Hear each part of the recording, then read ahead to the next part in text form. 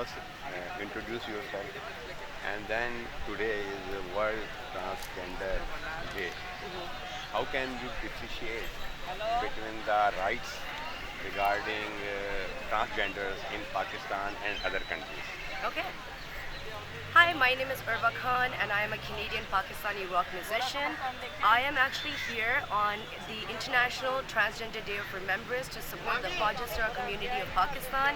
I think it is so important to support the Khwajasara women of Pakistan as they have stood for women's rights, for gay rights, for transgender rights. The world has moved ahead, and it is a very proud day for Pakistan that today we are here openly celebrating this community. I'm really happy, I'm really proud as a Pakistani to have returned to Pakistan from Canada for this moment. And I would like to say thank you to all you press, for being here, for promoting tolerance, for promoting acceptance. And you know what, just stick around and see how good and how much fun we have. Thank you. Thank Thank you. you very much. So